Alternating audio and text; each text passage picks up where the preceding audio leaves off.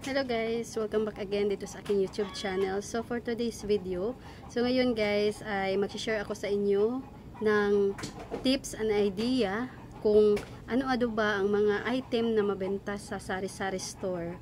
So ito guys ay based lang sa aking experience dito sa aking tindahan. So papakita ko sa inyo guys yung mga item na mabenta dito sa aking sari-sari store. Kadalasan ang mabenta sa ating sari-sari store ay yung mga basic needs lang ng mga tao. Ayan, kung ano yung mga yung pangangailangan talaga araw-araw ng mga tao. So, ayun guys, magsimula na tayo para hindi maging mahaba itong ating video. So, ayun guys, keep on watching. So, ayan guys, magbibigay ako ng 10 tips and ideas kung ano-ano ba yung mga item na mabenta sa sari-sari store. Kahit maliit na sari-sari store man, ay ito talaga yung dapat nating itinda sa ating tindahan dahil ito yung mabenta talaga, fast moving sa sari-sari store. So, ayun guys, so ang number 1 ko ay ang bigas. Ayan, so ito guys yung mga bigas. Meron tayong mga bigas dito na nakaripak na, ready to bigay na sa ating customer kapag sila ay bumili. So, hindi na sila maghihintay ng matagal dahil nakaripak na itong aming bigas. And 3 times a day tayong kumakain. Kaya, dapat meron talaga tayong tindang bigas. Ayun. So, ang pangalawa naman natin guys ay ang pang-ulam. Ayan, so, number 1, itong itlog. Ayan, dapat talaga hindi tayo mawawalan ng itlog sa ating tindahan dahil ito yung number 1 na malakas talaga. Ayan, sa umaga hanggang sa gabi. Ayan, dahil madali lang itong lutuin at ito yung mga paborito din ng mga bata at itong itlog ang kadalasang nilalagay sa mga ulam. Ayan, so isama na rin natin itong ating mga noodles. Ayan, canton. So dapat meron tayong tindang mga noodles at mga canton dito sa ating tindahan dahil ito talaga guys ay mabentang mabenta. Ayan, sa umaga pati na rin sa gabi. Ayan, so hindi talaga magpapawala itong pansit canton at saka itong noodles. So isama na rin natin guys ang frozen goods. So meron tayong frozen goods dito pero kaunti na ito guys aming frozen goods dahil 3 araw na kaming hindi nakapamili. So mamaya mamimili kami. So meron na dito mga wala na. So dapat meron din tayong mga frozen goods dahil may maghahanap talaga ng mga frozen goods gaya ng mga hot dogs, chicken nuggets at mga ham. Ayun. So dapat meron din tayong tinda guys sa ating tindahan. Ayan, itong mga Ricardo. Ayan. So, mabintang mabenta ito guys. Araw-araw may maghanap talaga sa tindahan natin ng mga Ricardo. Dahil pang ano nila sa ulam. Itong mga bawang, sibuyas, kamatis. Yung kamatis ko ay nandun sa rep. Ito guys, sibuyas dahon. Ayan, pati na rin itong luya. Ayan, meron tayo ditong luya. Ayan, so kahit ito lang guys yung ititinda natin sa ating tindahan. Dahil ito naman talaga yung pangsahog sa mga niluluto ng ating mga customer. Kahit tayo guys kapag magluluto ay gagamit talaga tayo nitong bawang, sibuyas, kamatis. Ayun. So, pati na rin guys ang mga mantika. Dahil kapag bibili sila ng pang-ulam, ayan yung mga frozen goods, mga itlog, ayan. Maghanap talaga sila ng mantika. Ayan. So, meron na kaming mga ripak dito na tag 5 pesos, meron tag 10 pesos, meron ding 1/2 packet. Ayan. Pwede rin bumili sila ng tag isang packet. Ayan. So, isama na rin natin itong mga tuyo. Ayan. Mabentang mabenta itong mga tuyo, suka, itong mga maliliit na magic sarap. Ayan. Mga bitsin. So, yan guys ay mabenta sa tindahan. Pati na rin ang mga dilata. So, ayan. Dapat meron tayong mga tindang mga sardinas, ayan, mga beef loaf, meron din tayong mga corn beef, carne norte, itong mga tuna, ayan, merong century tuna, fresca tuna, ayan guys ay mabentang mabenta. Cup noodles, ayan, kasama na sila guys. Ayan, so yung mga ketchup, oyster sauce, yan. So ito yung ating pangalawa guys na mga food item na mabentang mabenta sa sari-sari store. So, ang pangatlo naman natin ay ang kape Ayan, so dapat meron tayong mga kape dahil ito guys yung mga mabentang mabenta talaga hahanapin ng mga customer araw-araw dahil ang mga tao ay mahilig talaga sa kape. So dapat hindi mawawala yung kape sa ating tindahan dahil ito guys yung mabentang mabenta. Then meron tayo ditong mga swak, Milo, dapat ayan. Meron tayong mga Champion, Energin, ayan, Vanilla at saka Choco, dapat meron din tayo niyan. Hindi tayo magpapawala niyan dahil ito talaga yung bibilhin sa umaga ng ating mga customer. Hahanapin sa ating tindahan. Ayan, mga birch tree. Meron tayo ditong mga ito guys yung mabentang mabenta sa amin. Itong Nescafe stick at saka itong coffee mate. Ayan, magkasama na talaga yan kapag sila ay bibili. So, ang pang-apat naman natin ay ang mga biskwit. So, dapat marami tayong tindang mga biskwit, iba't ibang klase. Meron dito mga cakes, itong mga fudgy bar, doughy, ayan, cream o.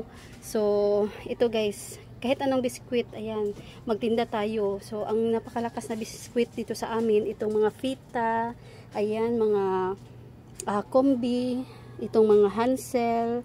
So, ayan guys, ito ring mga Rebisco, ayan. So, mga bingo. So, yan guys, dapat meron tayong mga biskwit na tinda sa tindahan. Mga plain na mga biskwit, Skyflakes at itong Rebisco crackers. Dahil may maghahanap nito guys, itong mga walang palaman. At itong mga Marie para sa mga bata. So, ayan guys, marami kasi mga bata dito sa amin. At maghahanap talaga ito ng mga biskwit pang snack. At yung iba naman ay pang baon sa school. Ayan, itong mga Richoco na mga wafer. So, ayan guys, dito sa harap namin nilalagay para pag sila ay bibili, makikita na agad ang mga klase ng biskwit na tinitinda namin. So, dito naman, ayan, dapat meron tayong mga chocolate, bubble gum, biskwit na tinitinda dito sa ating tindahan. Dahil ito guys, yung binabalik-balikan ng mga bata dito sa ating tindahan. Itong mga, meron tayong gummies, kapag meron tayong chocolate, ayan, dito talaga sila mapabili sa ating tindahan kapag meron tayo nito. Ayan, mga candy, Mentos, ayan, mga chocolate, Cloud9, meron tayo dito mga marshmallow, ayan, bubble gum, so ayan, mga Star Cup Chubby, so ito guys, mga gummies, gummy bear, so ito, mga chocolate, ayan, laruan din, mga Jolene, ito guys, ito na lang yung natira, itong mga rubber band, so nabusan tayo ng bubbles, malakas din yung bubbles. So ito guys, itong mga laruan pambata, plastic balloon, ayan, so dapat meron tayo guys nito, ayan, itong mga maliliit na chicheria, ayan, so ito yung mga fast moving sa aming tindahan. So meron, isama na rin natin guys itong mga chicheria, ayan, mapabata, matatanda, kumakain ng mga chicheria. Mahilig sila sa chicheria. Itong maaalat na pagkain. Ayan. Pabalik-balik sila na bibili sa iyong tindahan kapag marami kang tindang mga chicheria. Ayan. So, ito pang mga chicheria dito. So, ito talaga guys ay mabenta. Ayun. So, dapat marami tayong tindang mga chicheria sa ating tindahan. Ayan. Para pabalik-balik na bibili yung mga customer sa iyong tindahan. Ayan. So, ang ating panglima ay ang mga sabon. Ayan, sabon, shampoo, ayan, mga John Rocks, itong mga sabon panlaba, sabon panligo, mga shampoo, conditioner, ayan, so mga dishwashing. So, magkasama na ito guys. Dapat, meron tayong tinda, dapat meron din tayo nito, itong pang facial foam, cream, ayan, may maghahanap nito, mga lotion na sachet. So, ayan guys, itong mga clay, mga Gatsby, ayan, so mga gel, Rexona, dapat, ayan, kasi iba't ibang klase ang iyong mga sabon. Meron kayong Safeguard, Bioderm, yan lang guys ang tinitinda ko, din itong mga Selka, ayan, so meron din tayo ditong mga wipes, meron ding Zone Rocks. Ayan, ito yung mga hahanapin talaga sa iyong tindahan sa mga customer ninyo. Ayan, mga sabon na bar, ayan, powder, iba't ibang klase ng powder, at ito pa yung iba. Ayan. So mga powder ito guys na sabon din. Kapag meron kayong tindang mga dishwashing paste, dishwashing liquids, isama na rin ninyo itong mga sponge, itong mga steel wool. Ayan, maghanap din sila sa tindahan ninyo. Then mga downy, kapag sila ay maglalaba, ayan, pag bibili sila ng sabon, meron talagang downy. Ayan, meron ding surf na Pabcon, Del. Ayan, iba't ibang klase. So ito guys, mga Kojic soap, maliit na sabon. Ayan, hahanapin yan sa tindahan. Ayan, kaya mabenta talaga yan. At ito guys, panghaplas. Dapat meron tayong panghaplas. Ito mga panggamit sa kuko. Then ito guys, mga gamot. Dapat meron tayong tindang gamot sa ating tindahan. Ayun, dahil hahanapin nila yan. Ito lang mga gamot na pwede nating bilhin sa pharmacy na walang resita. Ito lang. Ayan. So, dapat meron din tayong toothbrush na tinda. Dahil may maghanap na mga toothbrush at toothpaste. So, andito yung ating mga toothpaste. Iba't ibang klase yan guys na kulay. Colgate at saka close up. Yan guys ang mabenta sa sari-sari store. So, ang pang-anim naman natin ay ang mga ripak-ripak natin sa ating tindahan. Ayan. So, dito tayo guys kikita ng malaki. Then, mabenta din ito guys dito sa aking tindahan. Itong mga ripak na asukal. Ayan, asin, paminta. Ayan, magripak din tayo ng laurel, anyel, chlorine, tawas, munggo, harina. Ayan, magluto din tayo ng mani at iripak natin ng tag 5 pesos. Ayan guys. So, ito guys ay mabenta sa sari-sari store. Then, marami tayong magagawa at ayan, malaki ang ating kikitain. Pero hindi naman ito mauubos agad, pero at least, so, dito na tayo babawi guys dahil malaki ang ating kikitain. Ayan, magripak din kayo ng tuyo at saka bagoong dahil mabenta talaga ito sa hapon. Dito sa aking tindahan sa hapon ito mabenta. Ayan, ngayon guys, umaga, tanghali, wala masyadong maghahanap nito. Itong mga bagoong at tuyo. So, mabenta ito sa hapon hanggang gabi. Ayan, mabenta. May mga customer kami dito na maghanap talaga ng maalat na pagkain. So, ang pang-anim naman natin ay ice at saka ice tubig. Ayan. So, meron tayo ditong ice at ice tubig. So, napakadami nating ice tubig. Dahil dito tayo guys kumukuha na pambayad natin sa ating bill sa kuryente at tubig. Ayan, nakakatulong talaga itong ating yellow at saka itong ice tubig dahil malilibre na talaga tayo guys dito sa ating pambayad sa ating kuryente at tubig. Ayan, so sipag at syaga lang sa paggawa para ayan, so dinadamihan talaga namin guys ng paggawa nitong mga ice tubig. Pero itong ice, pag dinamihan ko, hindi ito titigas agad. So kakaunti lang. Then dalawa naman yung aming freezer. So ayun yung isa. So meron ding ice doon guys, kaya hindi kami agad-agad na naubusan ngayon ng ice. Ayan, may ice din doon at meron din dito. Ayan, so itong ice tubig lang talaga ay mabenta. So kakagawa lang nito, kaya ayan, punong-puno. So ito guys, mabenta ito sa hapon hanggang gabi. Ayan. Merong mga bumibili ngayon, umaga hanggang tanghali, pero pailan-ilan lang. Pero pag hapon hanggang gabi, malakas talaga itong ice tubig. Ayan, dito kami bumabawi guys sa aming pangbayad ng aming bill sa amin dito. Ayan, sa aming tindahan. So, pangwalo na tayo guys. So, ang pangwalo natin ay itong mga beer, ayan, at soft drinks. So, marami tayong stock na beer dito sa ating tindahan. Ayan, para hindi tayo maubusan. Dahil may times na may occasion dito sa ating lugar. So, mabenta talaga itong ating beer. Ayan, San Miguel beer na litro. Pati itong Red Horse, then mga Coke. Ayan, ito yung ating mga soft drinks. Ayan. Ayan, mabenta ito guys sa tindahan. Dapat lagi meron tayong stock. dapat hindi tayo nagpapawala ng stock. So ito guys yung ating pang-8. So ang pang-9 naman natin ay ang sigarilyo. Ayan, so meron na tayo ditong kaha-kaha. Ayan. So dito kami kukuha guys kapag naubusan na dito sa aming mga sigarilyo na nakalagay dito sa mesa, itong mga nabuksan na. So agad-agad namin dito kukunin kapag may bumili. So ito guys, mabintang-mabintang ang sigarilyo. Halos lahat ng mga kalalakihan ay naninigarilyo.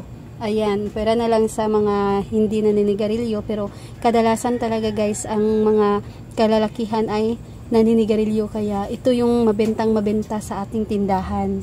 Ayan, so dapat meron tayong sigarilyo, hindi tayo magpapawala sa ating tindahan. Umaga hanggang gabi, so pagkabukas ko sa umaga, agad-agad na may bibili ng sigarilyo.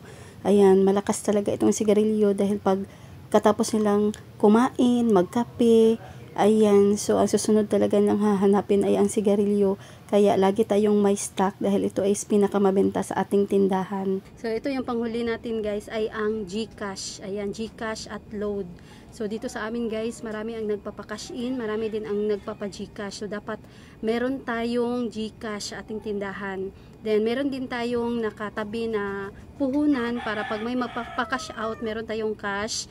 Pag may mapapa-cash in, meron ding laman ang ating GCash para pag pumunta si customer at medyo malaki-laki yung kanyang ipapa-GCash, ay agad-agad tayong sa kanya, makapagbigay. Ayan, dapat talaga meron laman ang ating GCash at meron tayong cash na pampa-cash out, maibigay sa kanila. So, ang load naman, mabenta rin dito sa aming tindahan, may magpapaload ng Smart at Globe.